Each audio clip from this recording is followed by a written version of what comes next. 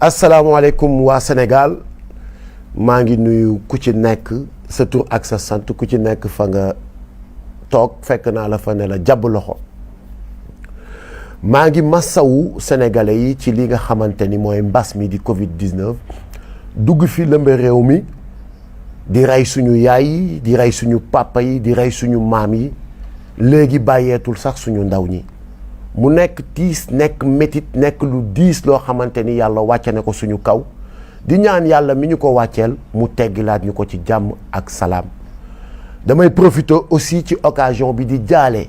képp ki nga xamante ni ñàkk nga ci sa bakkan ak képp koo xamante ni ñàkk nga ci sa mbokk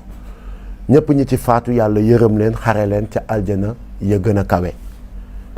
damay jéggalu aussi la presse sénégalaise parce que j'avais annoncé une conférence de presse mais vu le contexte sanitaire je peux pas vraiment dajale lu tolloog plus de 100 ou 200 journalistes dans une salle pour war a man tamit mën a nekk kii participer ci liy propager ce virus bi nga xamante ni ñëpp dañ ne nañ leen mànkoo booloo pour jëlee ko fi di profiter aussi di remercier la presse crédible la presse sénégalaise crédible les journalistes yi nga xamante ni ils m'ont appelé depuis hier ils n'ont pas arrêté de m'appeler pour vraiment soutenir pour vraiment encourager et pour vraiment même donner des conseils maa ngi leen di jaajëfal xam ngeen seen bopp yéen ñëpp vous avez été très nombreux alhamdulillahi rabbil alamin damay sant yàlla bu baax a baax a baax ndax je ne suis ni surpris je ne suis aussi ni étonné je ne suis aussi ni vraiment surpris je suis dans l'espace public nekk un activiste confirmé nekk quelqu'un qui défend le droit humain nekk quelqu'un qui se bat pour des causes nobles nekk koo xamante ni ça fait 25 ans je lutte contre l'injustice nekk koo xamante ni lépp loo xamante ni wala ñëpp ñi nga xamante ni dañuy bëgg a faagaagal wala naxasal réew mi niñ bëgg mu doxee ma taxaw ne di la barrer la route quand je m'attendais à ce jour j'attendais à recevoir des coups c'est pas la première fois comme ils ont l'habitude de le faire alors dama ne woon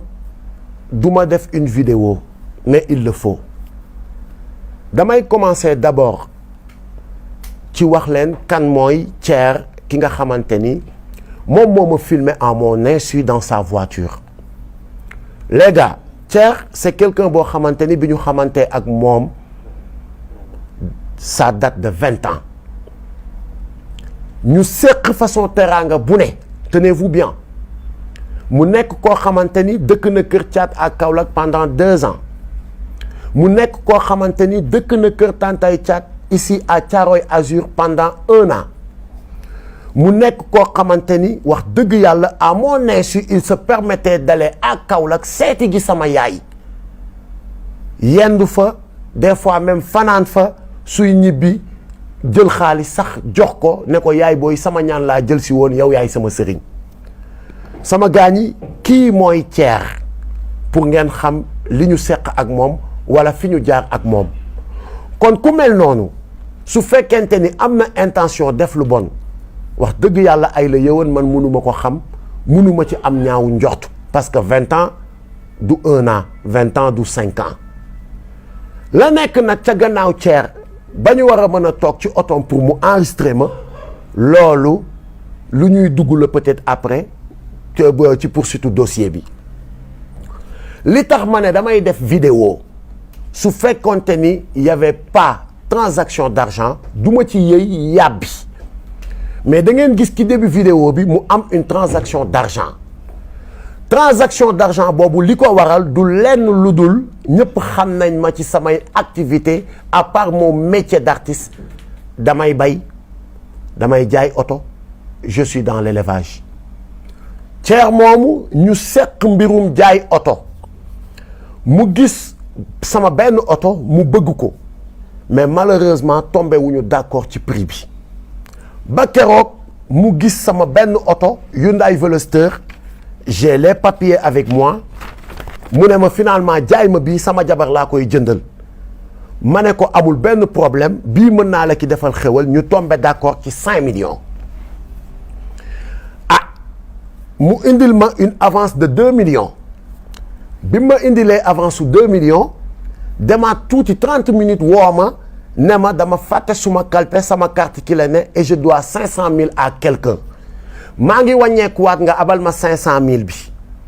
ma ne ko d'accord mu ñëwaat ma jox ko 500 000 bi garder les 1 million 500 film boobu ngeen di gis ci début bi ma toogee ci oto bi ñu waxtaan plané entre copains mu yëkkati 3 millions jox ma ko pour le reliquat ne ma lii ñaata la ma ne ko 3 li nekk fële ñaata la ma ne ko 1,5 mu ne ma muy ñaata ma ne ko 4,5 mu des ñaata ma ne ko 500 000 donc vidéo bi leeral na boppam kon gis ngeen ko waaye juste que ni comme dafa indi woon jiixi jaaxa ci transaction xaalis bi il fallait vraiment dire à vous les Sénégalais que ni transaction d'argent bi lii mooy li ko wundu lii mooy li ko waral pas autre chose waaye ce site pourri bi nga xamante ni moom moo dugal vidéo bi am lum ca dagg automatiquement dugal affaire bi ci waxtaanum visa bi nga xamante ni man ak sama xarit boobu seq nañ ko mu may demander une aide pour évacuer son enfant bu war a faju ji en France ay waay man de je pense que ni jàmbur sax dégg ngeen ni kilifa taxawu na ko assisté na ko ba keroog yàlla di ko defal jàmbam ci ay besoin qui n'a pas un ami boo xamante ni ñëw na solliciter la nga aidé ko automatiquement sur la vidéo la même vidéo gis ngeen ma jël suma téléphone commencé woo sama ay njegeñaale pour laaj leen le numéro du consul pour trouver un rendez-vous d'urgence un rendez-vous officiel d'urgence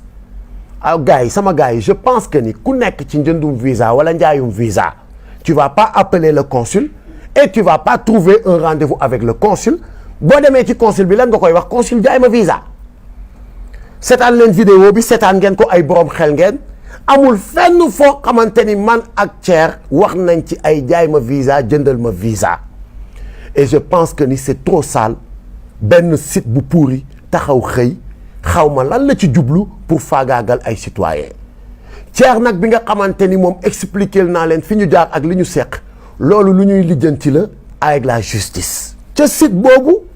ma gis ñu bind escroquerie trafic de visa gis même un jugement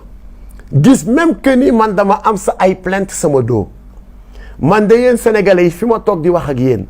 amul benn police boo xamante ni woo na ma wala benn gendarmerie ne ma kilifa da nga fi am une plainte tu dois venir répondre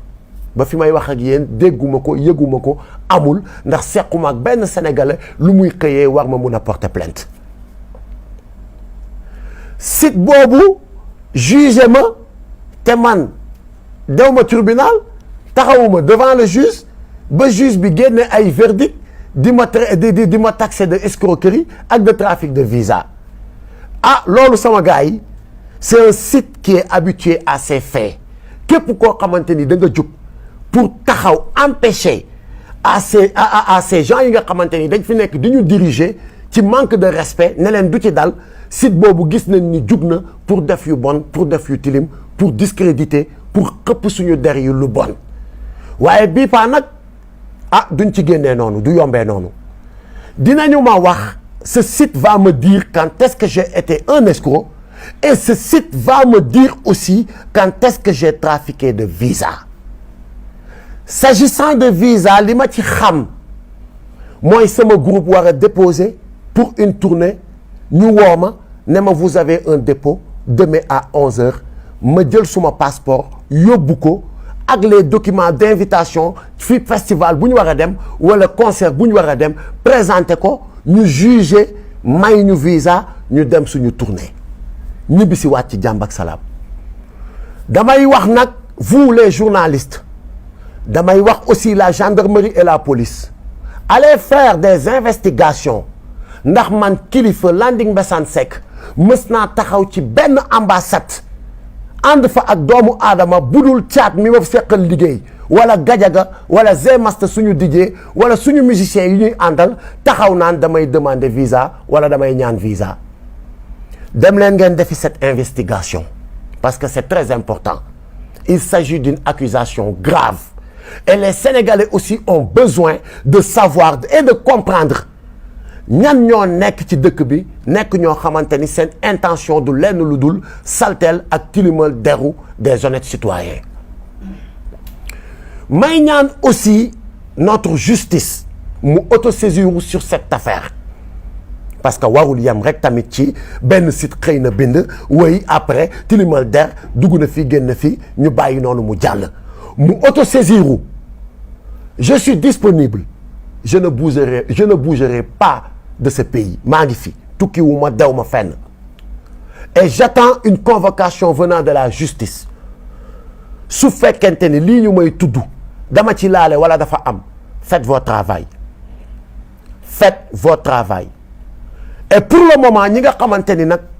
ñooy mes camarades de combat pour ne pas les gêner je mets en suspens mes activités dans le mouvement Y'en a marre pour mettre leen à l'aise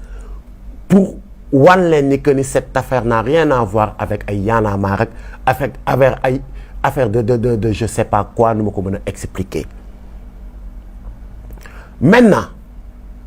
lépp li nga xamante ni nag mooy lu war a jëm ci mbirum justice tamit duñ na yàcc ni yasar on a consulté nos avocats on a parlé avec nos avocats ils vont ñu ngi ciy liggéey au moment où je vous parle et dinañ ci def li nga xamante ni moo war sama gars yi j'avais pas besoin d'être très long parce que cette affaire est simple ñi ma woo ñëpp li ma leen di wax mooy j'ai pas besoin de passer dans un autre chemin pour expliquer li nga xamante ni moo xew j'ai juste besoin de dire les choses telles qu'elles sont et mooy li nga xamante ni mooy li ma fi wax sama gars ñi l'heure est grave nañu bàyyiwaat suñu xel bu baax a baax ci li nga xamante ni mooy xew Sénégal ñu ngi jëm ci 2024 ñu ngi jëm aussi ci ay élections locales je pense que ni le débat le plus intéressant ou le sujet le plus intéressant c'est de communiquer